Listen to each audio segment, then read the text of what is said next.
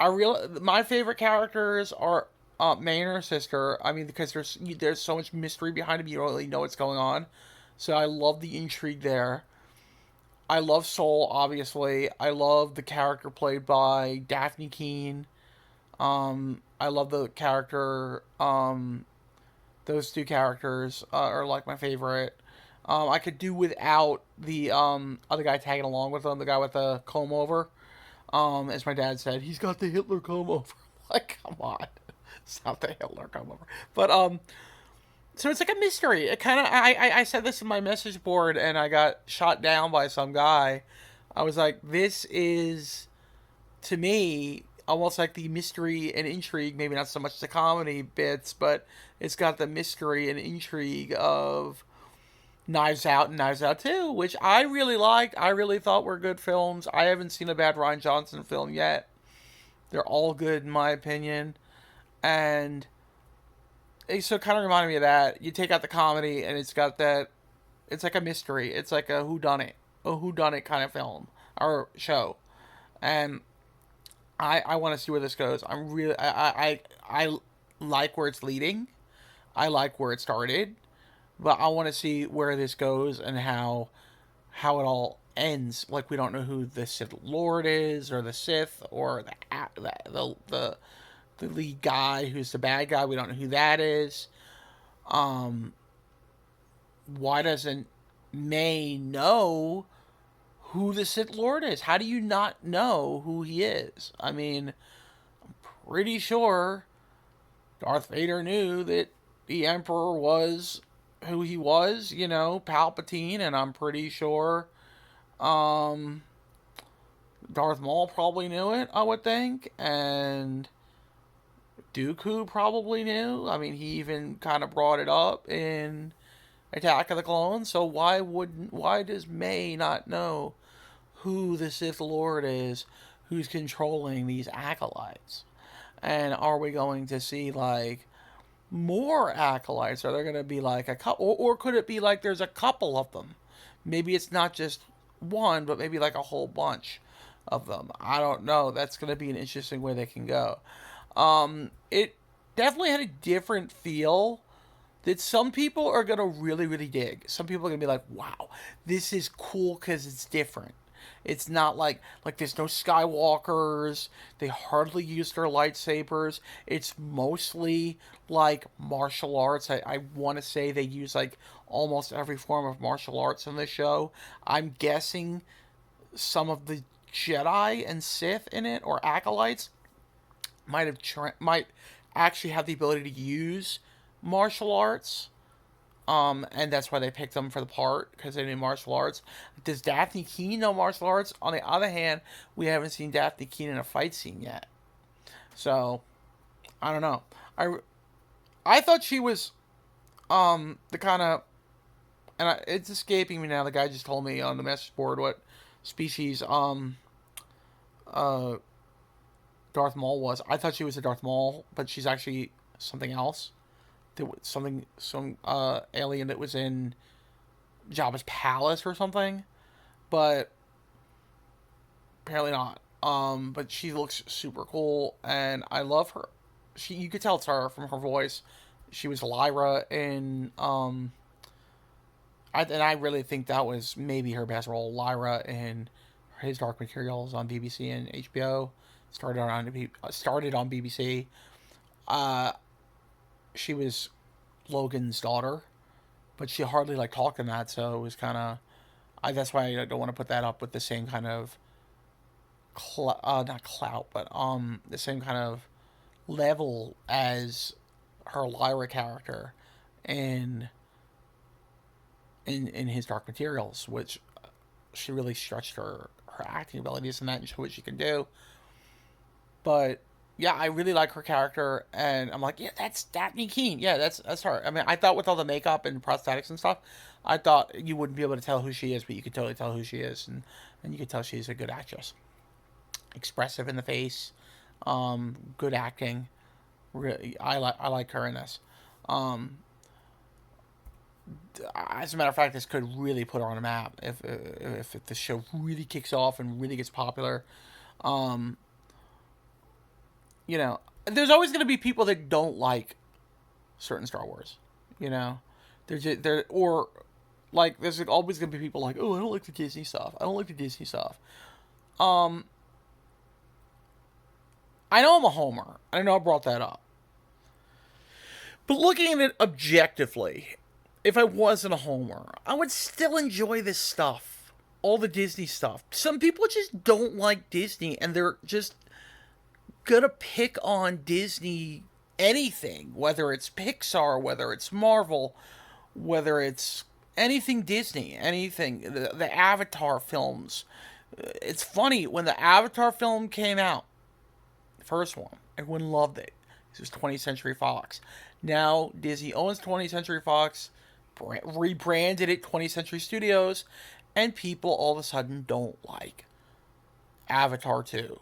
Really? Because I think it was, I don't want to say it topped the original. It was just as good as the original. It was just as good as the original. And I don't get the Disney hate, you know? I almost want to say, like, most people I've encountered who don't like Disney are like major conservative Trumpers. Or, you know, something like that. Like DeSantis, who's a Republican, doesn't like Disney. Although it looks like Disney's winning that battle, by the way, because they're getting a new park in Florida. And guess who's going to sign off on it? Yeah, DeSantis is. Yeah. So that's all going out the window. All that fighting with freaking DeSantis and Disney.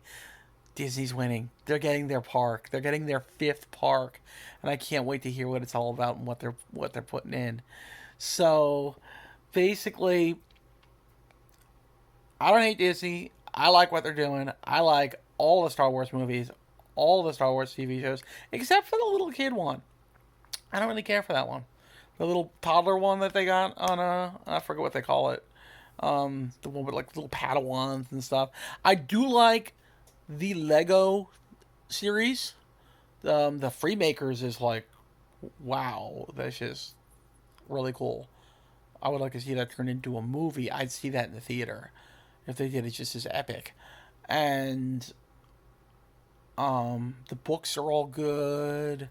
I think the books might be better under Disney because it's all one cohesive story versus it's all not connected because there's no like rhyme or reason to how they do it and they just make up whatever they want.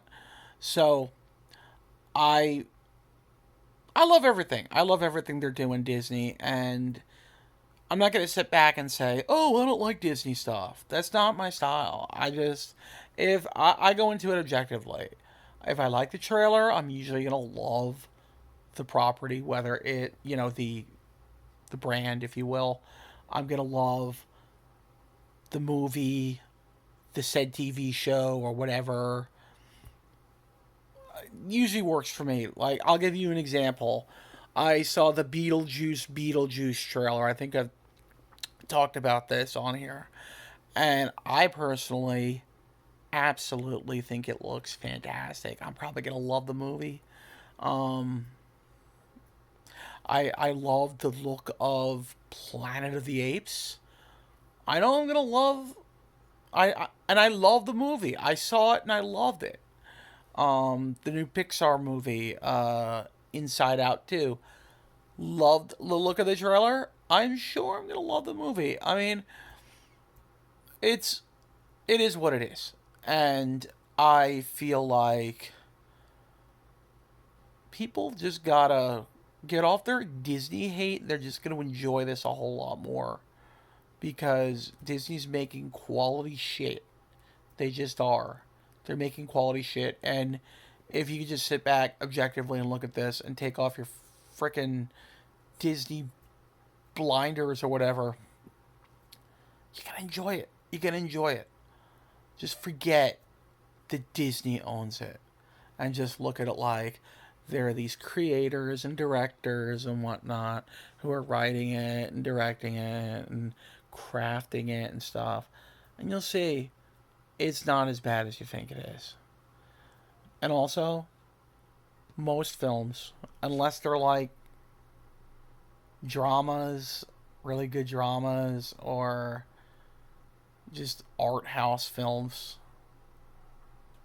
they're popcorn flicks. That's all they are. They're popcorn flicks. And to put those on the same pedestal as anything else, we look at these films, these Star Wars films, these Marvel films, these Jurassic films, and we're thinking, oh, why do they gotta go this direction? Wait, let's not analyze it that way. Let's analyze it like, did it entertain me for 2 hours or so? Was I entertained? As Maximus was told, am I entertained, or whatever he said. That is the crux of it. You just want to be entertained and have a good time. And if you were, it's all that matters. Who cares if one plot point doesn't match one plot point, or one thing doesn't match one thing, or there's too much CGI, blah blah blah blah blah. And CGI, I'm really getting sick of the argument about good CGI and bad CGI, because everything uses it, and it's all gotten to a point where it's really good. And they're mixing it with animatronics and practical effects and stuff. I can't even tell the difference. I'm hard pressed to be able to tell what's real and what's not. And in this show, there's a lot of animatronics, a lot of practical little gadgets and gizmos and stuff, droids and what. A lot of it's practical, and I would really like to know if anyone could really sit down and tell me what wasn't practical and what was in this film. And if you could tell me, I could probably give you $100. But I'm probably not really going to give you $100. I'm just saying it's like a figure of speech. But seriously, don't judge too harshly. They're just popcorn films and movies and TV shows and everything. Okay, may the force be with you all. And may I have a wonderful, happy birthday. So far, it's been pretty good. I'm about to go swimming and find some good music to listen to as I'm in the pool. So, may the force be with you all. Happy Wednesday. Let's go, Yankees.